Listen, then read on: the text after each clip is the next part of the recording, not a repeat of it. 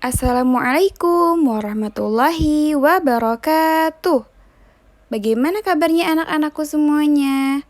Semoga anak-anak dalam keadaan sehat walafiat dan semangat mengikuti pembelajaran jarak jauh ini ya. Sebelum kita memulai pembelajaran, jangan lupa anak-anak untuk berzikir terlebih dahulu ya. Dan kita berdoa bersama-sama agar Allah beri kemudahan. Wahid istain salasah. A'udzu billahi minasyaitonir rajim. Bismillahirrahmanirrahim. Allahumma anfa'ni ma 'allamtani wa 'allimni ma yanfa'uni wa zidni ilman. Alhamdulillah anak-anakku semuanya, hari ini kita belajar Sirah Nabawiyah. Nah, kita hari ini masih di pelajaran 2, yaitu kisah Nabi Muhammad. Dan yang akan kita pelajari hari ini, kisah ketika Nabi Muhammad diasuh oleh pamannya dan ketika Nabi Muhammad diangkat menjadi Nabi dan Rasul. Anak-anak simak baik-baik videonya ya. Seiring bertambahnya usia Muhammad, sifat-sifat kenabiannya mulai tampak. Oleh karena itu, masyarakat Mekah memberikannya gelar Al-Amin, yang berarti amanah, jujur, dan dapat dipercaya. Kehadirannya sebagai penerus dari Nabi Isa alaihi salam telah terdengar di kalangan para ahli kitab dan orang-orang Yahudi.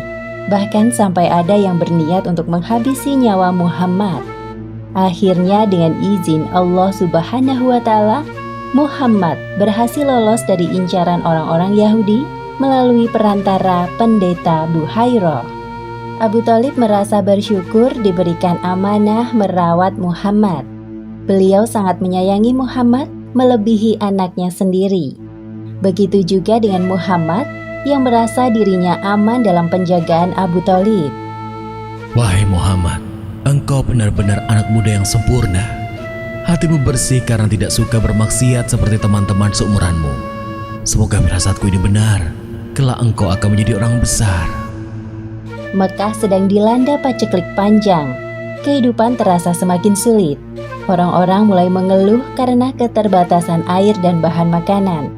Mereka pun mengadu kepada Abu Thalib selaku pemimpin kaum Quraisy setelah meninggalnya Abdul Muthalib.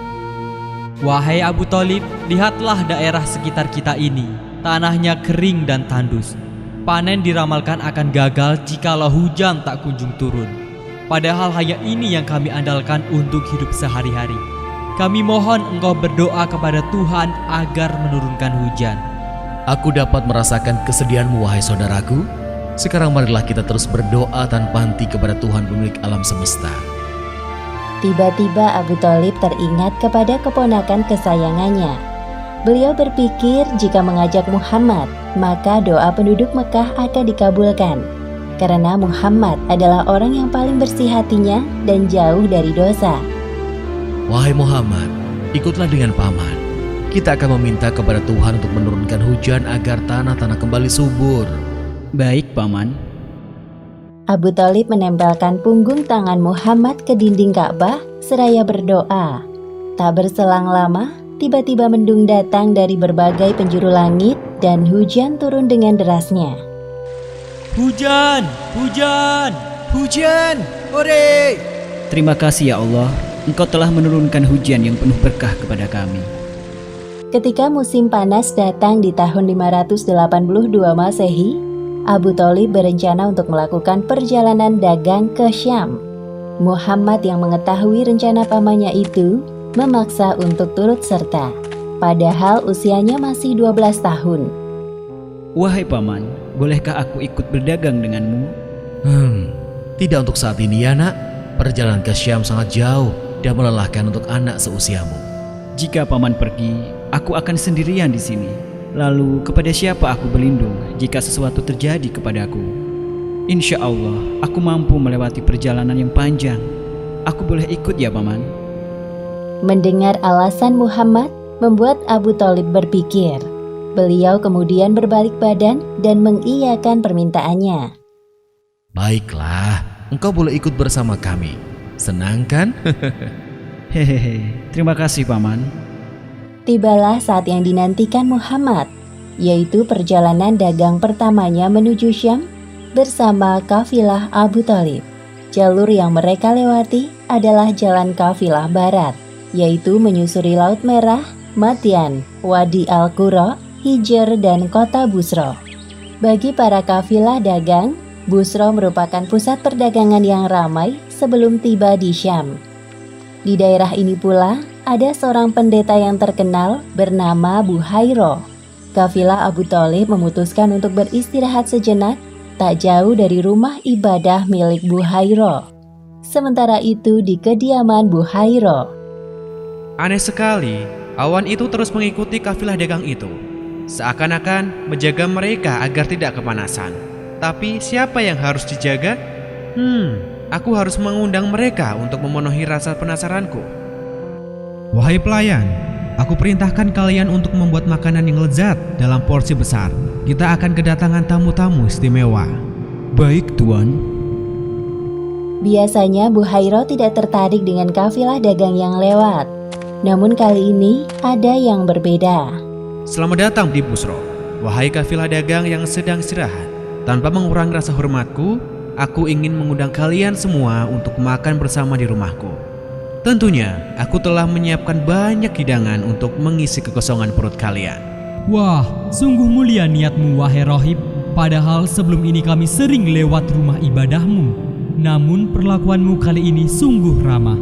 Apa hari ini istimewa bagimu? Ya, dan kalian semua adalah tamu istimewaku. Ayo, mari masuk ke dalam. Semua orang kecuali Muhammad masuk ke dalam rumah Buhairo. Hal itu dikarenakan tugasnya menjaga perbekalan kafilah. Setelah mengamati para tamunya, Buhairo merasakan ada kejanggalan. Wahai saudaraku, semua makanan ini sungguh lezat. Semoga kalian menyukainya. Namun, apakah semuanya telah hadir di sini? Engkau tenang saja Buhaira. Perut kami cocok dengan jenis makanan apapun asalkan halal. Untuk keamanan perbekalan, kami ada satu anak laki-laki menjaga di luar. Para kafilah itu saling berbisik-bisik. Mereka mulai membicarakan Muhammad. Kasihan sekali anak muda itu. Ajaklah kemari menikmati hidangan istimewaku. Tenang saja, aku akan perintahkan pelayanku untuk menjaga perbekalan kalian. Baiklah, aku akan memanggilnya. Buhairo memperhatikan Muhammad dengan seksama dari ujung kaki hingga kepala. Setelah selesai makan, barulah kemudian Buhairo mengajak Muhammad berbincang. Wahai anak muda, kemarilah, aku ingin berbincang denganmu. Apa yang hendak Tuan tanyakan kepadaku? Insya Allah, aku akan menjawabnya. Tanpa sedikit pun menyia-nyiakan kesempatan, Buhairo menanyakan banyak hal kepada Muhammad, seperti postur tubuh sampai posisi tidurnya. Setelah melihat tanda kenabian di punggung Muhammad, Buhairo menghampiri Abu Thalib. Apakah Muhammad itu anakmu? Iya, dia anakku. Engkau berbohong. Dia tidak pantas memiliki ayah yang masih hidup. Iya, kau benar. Maksudku, dia anak saudaraku yang aku rawat seperti anakku sendiri. Adikku dan istrinya telah meninggal dunia beberapa tahun lalu. Ketahuilah, keponakanmu itu adalah nabi terakhir penerus Isa alaihissalam. Ialah utusan Allah bagi penduduk bumi. Hah? Dari mana engkau mengetahui hal itu? Wahai Buhairo, tunjukkan padaku buktinya. Kemudian Buhairo menjelaskan tentang pengetahuan yang dimilikinya. Sebenarnya, sejak kalian tiba di Aqabah, tidak ada bebatuan dan pepohonan pun, melainkan mereka tunduk bersujud. Mereka tidak akan sujud, melainkan kepada seorang nabi. Aku bisa mengetahuinya dari tanda nubuah yang berada di bagian bawah tulang rawan bahunya yang menyerupai buah apel. Kami juga mendapatinya di dalam kitab kami. Mendengar apa yang disampaikan oleh Buhairo, raut wajah Abu Thalib mendadak berubah dari bahagia menjadi cemas. Lalu apa yang harus aku lakukan sekarang? Saran dariku, kembalilah ke negeri asalmu. Di sini tidak aman, terlebih lagi Syam. Aku khawatir orang-orang Yahudi yang telah mendengar berita ini sedang mengincar keponakanmu itu. Segera saja Abu Thalib menyuruh beberapa pemuda yang ikut bersama rombongannya untuk menemani Muhammad kembali ke Mekah. Benar saja, selang beberapa waktu setelah Muhammad pulang, datanglah 3 orang Yahudi bernama Zurair, Daris, dan Tamam. Mereka menanyakan tentang anak muda dengan menyebutkan ciri-ciri seperti Muhammad. Aku tidak mengerti apa maksud pembicaraan kalian. Tidak ada anak muda yang singgah kemari. Hanya sekelompok kafilah dagang yang terdiri dari para laki-laki dewasa. Sudahlah Buhaira, jujur saja kepada kami. Engkau pasti juga telah mengetahui tentang kedatangan anak muda utusan Tuhan itu, bukan? Wahai saudaraku, anak muda itu bukan orang sembarangan. Ada Tuhan Allah yang menjaganya. Dengarkan aku baik-baik. Kalian tidak akan menang melawannya jika memang tujuan kalian untuk menghabisinya. Sudahlah, bendam niat buruk itu dalam-dalam. Untuk apa kita melukai tangan kita yang suci ini demi sesuatu yang buruk, saudaraku? Setelah mendengarkan penjelasan Buhaira, para ahli kitab itu membatalkan niat untuk mencari dan membunuh Muhammad. Di kota Mekah, Muhammad tumbuh menjadi seorang pemuda yang nyaris sempurna, paling terhormat dari segi nasab, paling mulia akhlaknya, paling baik tutur katanya, paling jauh dari keburukan pergaulan orang-orang Mekah, sehingga semua orang menjulukinya Al-Amin, karena Allah Subhanahu wa Ta'ala mengumpulkan padanya segala hal-hal baik. Kisah Nabi Muhammad Sallallahu Alaihi Wasallam. Peristiwa kenabian dan turunnya wahyu. Pada usia 40 tahun, Muhammad sering menyendiri di Gua Hiro untuk merenungi kebesaran Sang Pencipta alam. Tepatnya pada malam 27 Ramadan, datanglah malaikat Jibril di hadapan beliau dan menyuruhnya membaca surat Al-Alaq ayat 1-5. Itulah wahyu yang pertama kali turun. Allah Subhanahu wa Ta'ala mengangkat Muhammad menjadi rasul melalui perantara malaikat Jibril. Menuju usia awal kematangan, tepatnya 40 tahun dalam hidupnya, Muhammad menemui kejadian yang tidak biasa. Beliau tidak tahu bahwa hal tersebut merupakan tanda-tanda nubuah atau kenabian. Di antaranya, ketika beliau sedang berjalan, ada sebuah batu yang mengucapkan salam kepadanya. Kemudian saat Muhammad tidur, seringkali terjadi ru'yah shodiqoh atau mimpi yang benar, berupa fajar subuh yang menyingsing. Mimpi ini terjadi selama kurang lebih 6 bulan lamanya. Setelah merasa terjadi hal-hal aneh pada dirinya, Muhammad memilih untuk bertahanus atau menyendiri di Gua Hiro yang letaknya jauh dari keramaian. Dengan berbekal roti gandum dan air, Muhammad berangkat menuju Gua Hiro. Khadijah mengantar suaminya sampai ke depan rumah dengan penuh keikhlasan. Tak ada sedikit pun keluar dari bibirnya perkataan yang memberatkan kepergian suaminya. Berjarak agak jauh dari kota Mekah, terdapat sebuah gua kecil di Jabal Nur yang berukuran panjang 4 hasta dan lebar 1,75 hasta. Hanya memuat 1 atau 2 orang di dalamnya. Ada alasan tersendiri mengapa Muhammad memilih Gua Hiro sebagai tempat untuk bertahanus. Pertama, letak Gua Hiro jauh dari jangkauan manusia. Mustahil orang-orang singgah kemari untuk urusan sehari-hari. Kedua, Gua Hiro memiliki 2 sisi. Sisi pertama adalah pintu masuk, dan sisi satunya adalah celah yang menghadap langsung ke Ka'bah. Melalui celah itu, beliau dapat menyaksikan bangunan suci Ka'bah. Sudah sejak lama Muhammad memikirkan banyak hal. Satu hal yang mengusik pikirannya adalah tentang kekuasaan Tuhan pencipta alam semesta yang tidak terbatas. Untuk apa Dia Allah menciptakan manusia jika mereka hanya membuat kerusakan di bumi? Aku sungguh penasaran, pasti ada tujuan besar di balik ini semua. Selain itu, keyakinan beliau kerap kali berseberangan dengan perilaku jahiliyah orang-orang Quraisy yang menyimpang. Sebenarnya, aku sadar bahwa perilaku kaumku telah jauh menyimpang dari ajaran Ibrahim. Namun aku juga tidak bisa berbuat apa-apa untuk mereka. Hari ini adalah malam ke-27 bulan Ramadan. Setelah 26 hari bertahanus di Gua Hiro, Muhammad didatangi sesosok malaikat berwujud manusia. Dialah Jibril dalam tubuh laki-laki yang berpakaian putih. Pada saat itulah Muhammad merasa mimpinya menjadi nyata. Bacalah, wahai Muhammad. Aku tidak bisa membaca. Pada saat itu Jibril mendekap beliau dengan erat, seakan-akan ruh mau keluar dari tubuhnya. Kemudian Jibril melepaskan dekapannya dan mengulangi perintahnya lagi. Bacalah, wahai Muhammad. Aku tidak bisa membaca. Untuk ketiga kalinya, Jibril mendekap Muhammad sampai dadanya terasa sesak, lalu kembali melepaskannya dan mengulangi perintahnya sekali lagi. Bacalah, wahai Muhammad. Aku tidak bisa membaca. Kemudian Jibril melakukan hal yang sama kepada Muhammad, lalu beliau mengubah jawabannya. Bacalah, wahai Muhammad. Apa yang harus aku baca?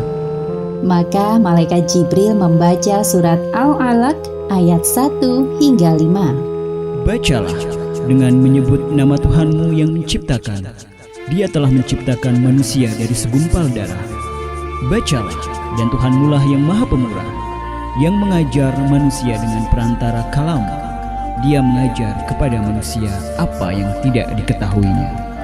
Ayat pertama surat Al-Alaq menyampaikan perintah kepada Muhammad untuk menjadikan Al-Quran sebagai pedoman hidup manusia. Setelah menyampaikan wahyu, tiba-tiba Jibril menghilang dari tempatnya. Muhammad yang menyadari ketidakhadiran Jibril merasa ketakutan, lalu beliau langsung berkemas untuk pulang. Beliau masih merasa ketakutan dan tidak menyangka telah melewati peristiwa aneh yang akan merubah hidupnya. Muhammad turun dengan cepat dari gunung dan melewati padang pasir luas. Tiba-tiba terdengar suara dari langit. Wahai Muhammad, engkau adalah utusan Allah. Aku adalah Jibril. Wahai Muhammad, engkau adalah utusan Allah. Aku adalah Jibril. Wahai Muhammad, engkau adalah utusan Allah. Aku adalah Jibril. Muhammad yang mendengar suara Jibril menghentikan langkahnya dan melihat ke arah langit. Itulah kali pertama Muhammad melihat Jibril dalam postur malaikat. Tiba-tiba saja Jibril menghilang. Segera saja Muhammad terburu-buru meninggalkan tempat itu dengan penuh ketakutan. Sesampainya di rumah, Muhammad meringkuk di ranjang. Khadijah yang mendapati suaminya telah pulang mendekatinya. Selimuti aku, selimuti aku. Khadijah merasa kaget melihat suaminya menggigil. Segera saja ia menyelimutinya. Khadijah tidak melontarkan pertanyaan apapun kepada suaminya tentang hal yang baru terjadi. Hal itu dikarenakan Khadijah sangat menghormati Muhammad. Lalu Khadijah menyiapkan air minum di dekat suaminya dan menunggu penjelasannya. Setelah keadaan tenang, Muhammad menceritakan kejadian yang baru menimpanya secara detail kepada Khadijah dengan dipenuhi perasaan takut dan bingung. Apa yang sebenarnya terjadi kepadaku? Aku khawatir terhadap keadaan diriku sendiri, wahai istriku. Wahai suamiku, tidak, demi Allah jangan berprasangka buruk. Allah tidak akan menghinakanmu selamanya. Engkau tidak pernah memutus tali silaturahim. Engkau selalu membantu orang yang kesulitan, memberi makan orang miskin, menjamu tamu yang datang, dan menolong orang yang menegakkan kebenaran. Khadijah berusaha mengingatkan suaminya bahwa Muhammad adalah orang yang pantas menjadi seorang Rasul Allah. Bagaimana kalau kita temui Paman Warokoh? Beliau pasti tahu mengenai hal ini. Baiklah, mari kita ke sana. Segera saja mereka berdua menemui Warokoh bin Naufal, seorang pemeluk Nasrani yang menulis buku dalam bahasa Ibrani dan juga menulis Injil dalam bahasa Ibrani atas izin Allah. Karena usia yang terpaut jauh dari Khadijah, Warokoh terlihat semakin tua. Wahai anak pamanku, apa yang membawamu kemari? Aku bersama suamiku Muhammad. Ada hal penting yang ingin ia ceritakan kepadamu. Ceritakanlah jika hal itu mengganggumu, wahai Muhammad. Apa yang engkau lihat? Kemudian Muhammad menceritakan apa yang dilihatnya kepada Warokoh. Warokoh menyimak setiap detail cerita Muhammad dengan sungguh-sungguh dan terheran-heran. Allahu Akbar, itu adalah namus yang diturunkan Allah kepada Musa. Namus adalah istilah orang ahli kitab untuk makhluk yang bersayap seperti malaikat. Andaikan tubuhku masih gagah kelak pada masa itu, andaikan saja aku masih hidup tatkala kaummu mengusirmu. Benarkah mereka akan mengusirku? Ya, tidak seorang pun Rasul yang diutus kepada kaumnya, melainkan akan dimusuhi oleh mereka yang ingkar. Andaikan aku masih hidup saat engkau diutus kepada kaummu, tentu aku akan beriman dan membantumu dengan segala yang kumiliki. Mendengar penjelasan Warokoh, Muhammad semakin yakin dan mulai menerima takdirnya. Beliau telah mempersiapkan diri jika datang wahyu selanjutnya. Ternyata wahyu terputus selama 6 bulan pada masa Fatrah, yaitu masa di mana tidak adanya wahyu yang turun. Hal ini membuat Muhammad sedih dan sering termenung. Bahkan berkali-kali beliau mendatangi padang pasir karena merasa sangat putus asa. Sebagaimana yang disebutkan dalam hadis riwayat Bukhari nomor 6982. Telah sampai informasi kepada kami bahwa masa Fatrah terjadi begitu lama hingga Rasulullah SAW bersedih hati, yang ini membuat beliau berulang kali berlari kencang ke atas bukit untuk melompat. Setiap kali beliau sampai ke atas bukit, malaikat Jibril menampakkan diri dan berkata, "Wahai Muhammad, engkau adalah benar-benar Rasulullah," sehingga hati dan jiwa beliau tenang. Ya Allah, hamba ikhlas dengan segala ketentuanmu. Warokoh meninggal dunia pada masa Fatrah. Warokoh meninggal dengan mulia karena ia telah bertekad untuk membantu Muhammad saat beliau diperangi dan diusir oleh kaumnya. Hikmah dari terputusnya wahyu ini agar hilang rasa takut dalam diri Muhammad setelah bertemu dengan Jibril dalam wujud malaikat dan memberikan waktu kepada Muhammad untuk mempersiapkan diri menerima wahyu selanjutnya. Di suatu malam yang dingin, Muhammad sedang tidur dengan tubuh dibalut selimut tebal. Tiba-tiba Jibril mendatanginya dan menyampaikan wahyu kedua, yaitu surat Al-Muddathir ayat 1 hingga 7. Hai orang yang berkemul berselimut, bangunlah lalu berilah peringatan, dan Tuhanmu agungkanlah, dan pakaianmu bersihkanlah, dan perbuatan dosa tinggalkanlah. Dan janganlah kamu memberi dengan maksud memperoleh balasan yang lebih banyak, dan untuk memenuhi perintah Tuhanmu, bersabarlah. Setelah itu wahyu selanjutnya turun berturut-turut di hari berikutnya. Demikianlah akhir peristiwa kenabian dan turunnya wahyu pertama. Jazakumullahu khairan wa barakallahu fikunna. Alhamdulillah pembelajaran hari ini sudah selesai. Semoga ilmu yang didapati hari ini bisa bermanfaat. Wassalamualaikum warahmatullahi wabarakatuh.